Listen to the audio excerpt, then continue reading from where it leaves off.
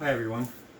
My name is Keith McPeek, and my good friend Graham asked me to read a chapter from a book um, that meant something to me. And a little history on me. So, I grew up in a time when there was no internet to get information from, and for wildlife, you had Mutual of Omaha's Wild Kingdom, and you had Tarzan.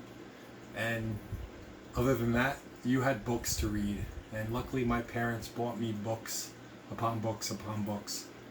And I would read anything that had to do with nature, from fish to birds to reptiles to mammals to plants to anything that had to do with nature.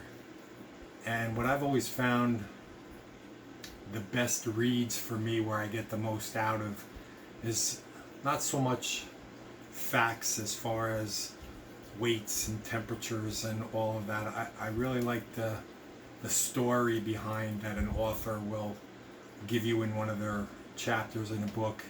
And from that, I take so much more information to be able to apply to a species that I'm working with in captivity.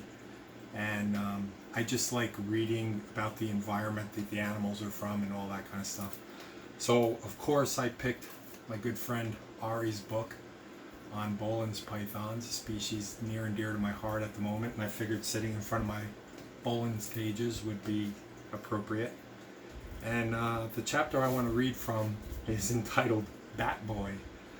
And when we get into it, if you haven't read it, it really brings you to what Ari really did in this chapter, was bring you to that environment.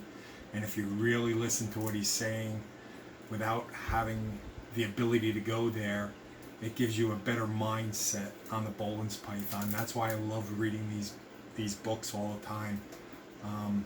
Luckily, I get to talk to Ari frequently and also pick his brain. But this chapter really meant a lot to me when I was reading it and what I pulled out of it. So hopefully you guys will enjoy it too.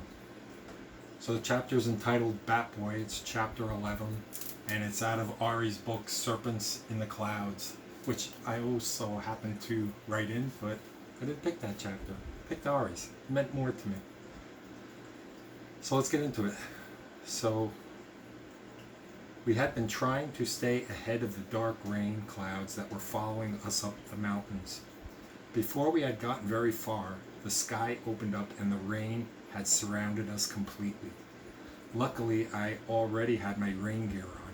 However, the rest of the group did not.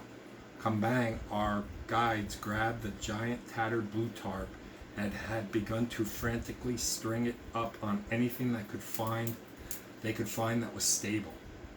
I moved out of the way and let them create some sort of a shelter. Very quickly, the water from the mountains started to cascade down the road towards us. In seconds, the thick, muddy runoff had covered us with thick, blood-red mud up to our ankles. In the highlands, it rains many times a day, depending on the season, so this wasn't completely unexpected. The downpour lasted at least an hour, and in that time, the temperature dropped nearly 20 degrees into the high 60s. There is nothing as terrible during fieldwork as having sopping cold feet in the frigid rain. As quickly as it approached, the rain rolled on through and the clouds opened up and the blast of humid air escaped from the jungle. Our feet were completely covered with thick, maroon, sludgy runoff. We grabbed twigs and searched for sharp rock edges to assist in removing any of this debris from the bottom of our boots. Acknowledging it was time to press on, our Dani traveling companions removed the tarp and we entered the dark forest. The ground was soggy and felt and smelled similar to the marsh back home. Various sized rocks rose from the ground, slick and jagged. Deep holes camouflaged with leaves and overgrown littered the ground, occasionally plunging one of us up to our knees into a deep hole filled with freezing cold water. Grabbing some branches can certainly help as a stabilizer or as a walking stick and give you a bit of additional assistance of balance or support. However, it is one thing to slide on the muddy ground, but it is another to have to dodge the sharp limestone along the shadowy trail. You can injure yourself in the blink of an eye on this dangerous and uncertain terrain. As we hiked along an old rotted wooden fence that was covered with plants and vegetative growth, we joked and called it the living wall. The trail at that point seemed a little bit less precarious. I should have known better. Within several minutes, I had to grab a large limb and use it as a walking stick. I was directly behind our guide, trying to keep up, and at the same time looking over my shoulder to check on Danny. He wore a Crocodile Dundee style hat, a rain jacket, shorts, and carried a Danny man's traditional woven bag protecting his camera. Kambang's old machete would brush the ferns and the tall, thick grass, producing a metal scraping sound along the blade. It was almost relaxing to hear the sound. Or perhaps it just took my attention away from the pains in my joints. I was lost in my thoughts when I heard a loud thud directly behind me. Danny had slipped on the slick rocks and landed on his hip, a nasty fall. We stood there for a moment and he tried to let the pain subside. He unsuccessfully brushed the damp mud from his shorts and we began to push forward, knowing we had to reach our research site before dark. If the nasty fall wasn't enough, the path at the moment took a drastic change. Straight down it went, a sheer freaking wall of roots, leaves, and mud, and a 1,000-foot drop. You have to be kidding me, I thought. An old moss-covered log, probably 20 feet long, faced down the treacherous trail from where we stood. I looked at it and looked back at Danny. A few choice words were spoken from us, and then saw one of our guides shimmy down the log like a damn couscous. He scrambled nimbly to the bottom and then looked up at me, awaiting my attempt. He yelled out, "Hata, hata, Ari Pak. Be careful, Mr. Ari." Unreal, I thought. This is not a good situation. I knew that if I tried to stand and walk down that log, I would certainly slip and fall from the moss-covered bark. The only idea I could muster was to sit down, hold on, grab my camera bag tightly. So I hopped on and I shot down the log like a bullet. Fortunately, my friend at the end caught me, and I waited for Danny and our other guides to quickly follow. Our hike continued over thick, spongy ground, thin lichen-covered saplings that seemed to be made of rubber, waving back and forth from the breeze, smacking us over and over and over. They couldn't be snapped. They would just mold in new directions and positions, and I would try to get them out of my face. I could hear water to my left and was praying we did not have to cross one of Papua's perilous rivers or streams to get to the nest location. I walked a few steps behind the main guide. He told Danny that he would travel to these places daily, sometimes multiple times a day, to visit the python nest to search for more snakes. Unfortunately, his intentions were not to study, but to collect offspring to sell. This is how some of the Danny villagers survive. We continued for several hours on what seemed like a slightly downward gradient. Over countless eons, the mountains flowed water had carved out a small limestone path surrounded by thick mud and dense vegetation on the left and right. A nod from our guide told me that we were approaching the snake's habitat. The forest we had been slogging through suddenly opened up, and the environment changed from limestone to deep substrate of a living sponge. At that point, we set our gear down, took a moment to get a drink, and started to build a shelter with a large rotten blue tarp. We went ahead and left the others in the party to work on the camp. Within a few minutes, we crossed down deep in the valley and strapped the GoPro cameras to our heads. We had been sweating while hiking, and now the chill of the cool mountain air really hit us hard. I had felt a bit sick the days before our trek, but the adrenaline and the excitement of being back in the jungle that I loved and apparently fooled me into thinking that I had only been experiencing a bit of jet lag. I would soon discover that this was not the case, not of jet lag. We struggled through the branches and ferns and ground collapsing in nearly every labored step and with nothing solid to grab onto for balance. Who knows what was actually below us, I thought. After that, seemingly an eternity of uncertainty, we neared a bend and the guide pointed out a small translucent piece of snakeshed laying on a moss-covered rock. I knew we were close. This species rarely travels far from its biological markers such as sheds, scats, or urates.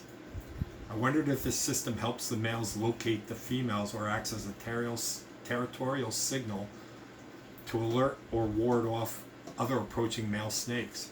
I kneeled down and examined the shed and looked for other signs. We looked up and our guide had disappeared up the trail. I caught a glimpse of his blue jacket ahead. I had been laughing for a while at the off-brand logo on his jacket.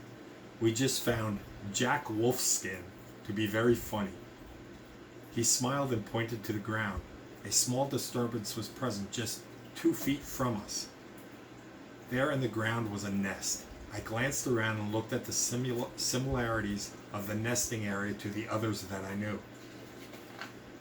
I recognized the slight incline of the position of the nest hole, probably to allow rainwater to run downhill and not to fill the chamber.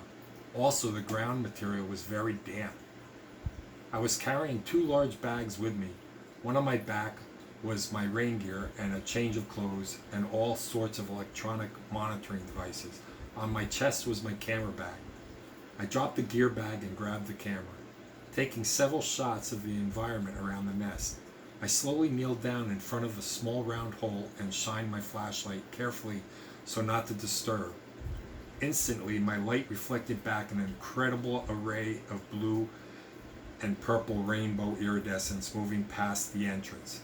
Can't even imagine what that must have felt like. It was a beautiful female Boelens python. My camera was soon overheated from the amount of images being taken. I then carefully opened the hole slightly to see a flash of white beneath her coils. Eggs! This was an unexpected sight. It was an expected sight at this time of year, but it was always exciting to see a female carefully wrapped around her eggs. I expanded the hole a bit more while trying not to disturb her, and I froze. Danny asked me what's wrong. I was staring at 3 perfect little snake faces. He again asked, "What?" The snakes had begun to pick, I yelled. "We did it. It's happening." I moved the dirt carefully so I could photograph this incredibly rare event. This was the first time that hatchlings of this species had been filmed and photographed in the wild.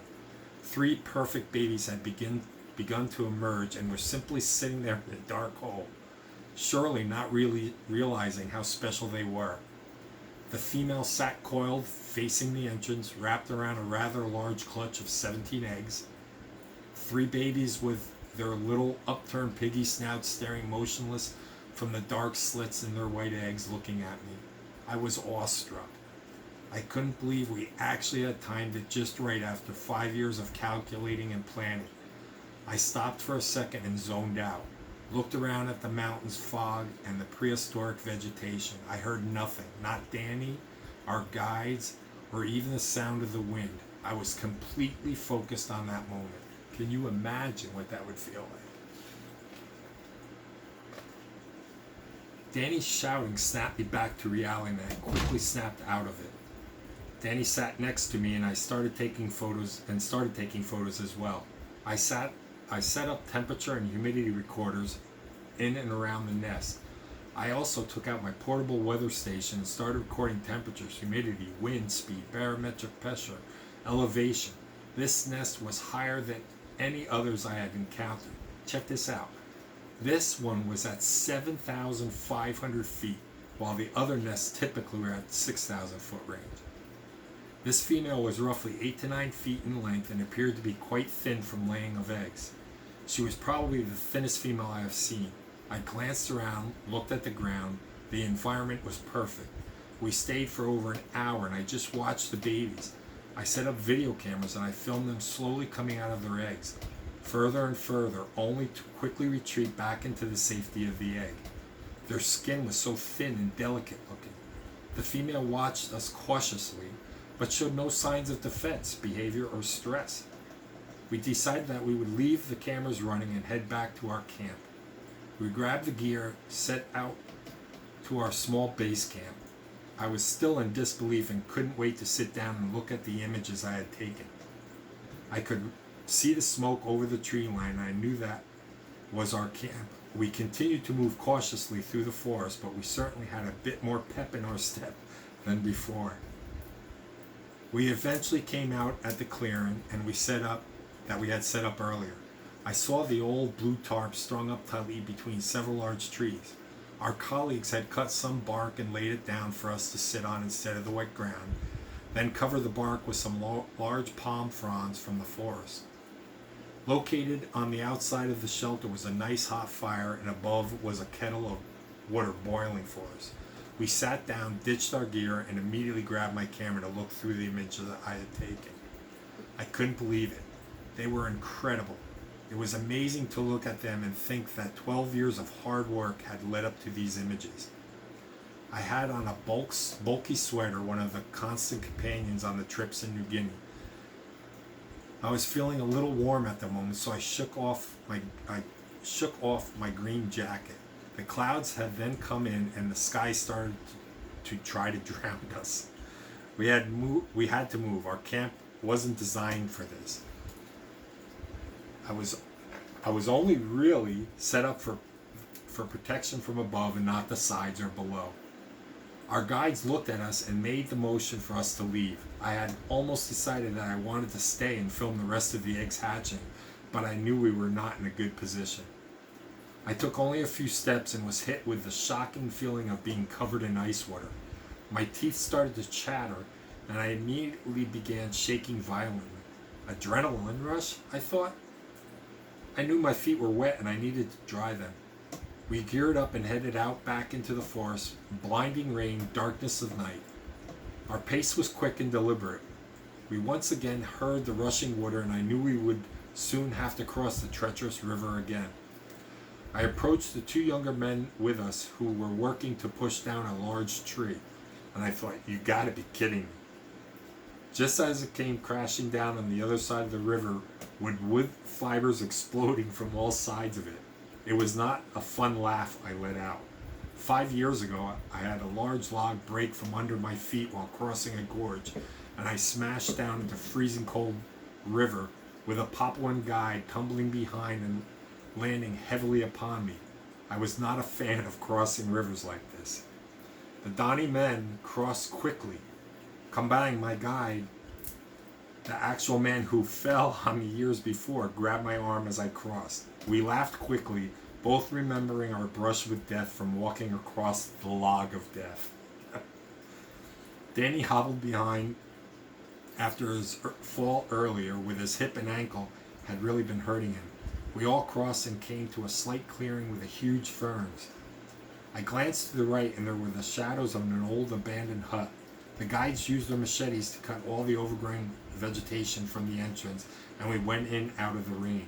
It was actually a fairly nice hut, larger than we had first assumed. It was roughly 30 feet long, 5 feet tall, and 6 feet wide.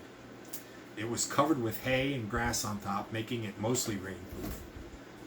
The inside consisted of 2 rooms, a front covered area, and then an area in the back with a small fire pit. Any other trip, I would have loved these accommodations. However, at the moment, my body decided to take a royal dump on me. The feeling of being splashed with ice-cold water returned, and my stomach started to cramp, and my body continued to shiver. I have never experienced my teeth chattering before. I took my boots off and left them at the front entrance of the hut. I crawled on my hands and knees to the back of the hut. There could have been a mummy decomposing in the back, and I wouldn't have cared. I had found a spot along the left wall and curled up in the fetal position. Danny and one of our guys started messing around with a small fire. I remember just laying there, feeling every muscle in my body twitch and stretch. I was freezing cold, then boiling hot. I tore off my sweater and laid there. The fire started to grow. I fumbled around in the dark for my 2 bottles of water. Apparently the guys decided to use them to boil water for coffee. I remember thinking, great, I'm going to die in this hut and no one will find me. I woke up that what I thought was the next morning, only to discover that I'd only been asleep an hour. I was drenched in sweat. For the next 2 days, I laid in this spot with fever, chills, painful stomach cramps, periodically crawling outside the hut to violently empty anything that was in my system. Over the next 4 days, I would wake, crawl out of into the sunlight, and Danny and I would share a cheap Indonesian knockoff ibuprofen. Then I would crawl back into my mat of grass and dry hay and pass out again. I couldn't or rather didn't want to eat anything. I had to force water into my mouth. I just wanted to lay there on the ground and not move. I seriously thought to myself at one moment that I might not wake up. I have been traveling to this part of the world for 10 years and have never been scared. I have faced down hatchet-wielding drunks in town, been stopped by deranged locals demanding payment to pass through roads, fell into a frozen mountain river, and crashed and slid my way down dangerous mountain trails. But this was the first time I was truly scared.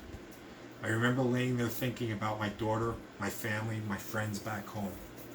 On the 4th day, I pulled myself to my feet, still drenched in sweat and 8 pounds lighter. I wasn't going to die in this hut, not this time. As I reached the front of the hut, I was startled by a heavy and loud smacking sound. Smack, smack, smack. I looked around and grabbed my glasses, still a bit dizzy and completely disoriented. Danny was there with a big smirk on his face. He asked, "You okay, bro? You gonna love this." It was night, and standing in front of our hut, and illuminated by the light of Danny's headlamp, stood 2 young Papuan boys. They couldn't have been older than 11. The boys each had tattered shorts on and dirty, sopping, wet hoodie sweatshirts. Each was carrying a large fruit bat. Apparently they had wandered around the jungle at 2 a.m. hunting for food. They scored some fruit bats and wanted to use our fire to cook them. The smacking I had heard earlier was them whacking the bats' heads with a large branch to kill them. They had now gutted and cleaned them. I had truly seen it all. Trying to be polite, they asked us if we wanted to share some of the bat. I have eaten fruit bat before, and it reminded me of my mother's pot roast, but in this very, very delicate state, I exclaimed, "Hell no," and went back to my quiet mat of grass and hay. I abruptly awoke up to the cool, clean, misty air slowly creeping into the hut. It was morning. Water had been boiling and coffee was ready. I took a couple of sips of the hot water. We gathered our gear and headed back to the nest site. I needed to get back there and see what was happening. We crossed the sketchy, rotten log that was over the river and back down to the forest camp we had made. We left our packs and the others to pack up the site. Danny left back to rest his ankle and hip, and I staggered down the nest site again to collect the cameras and make sure that the nest was okay. I approached the nest site, pushing the earth carefully away, and peered inside after collecting the small cameras. The initial 3 babies I had encountered still had not fully emerged. I could tell they were still absorbing the embryonic sac and just weren't ready to emerge yet. However, now 2 more little red heads were peering out. It was amazing. They were incredibly delicate looking. I started to move the dirt back to cover the nest and saw a tiny tail. The baby was out completely and was in the corner of the nest hole. I couldn't resist. I carefully, without disturbing the others and the mother, reached into the nest and pulled the baby out for a quick examination. She measured close to 13 inches and was perfection.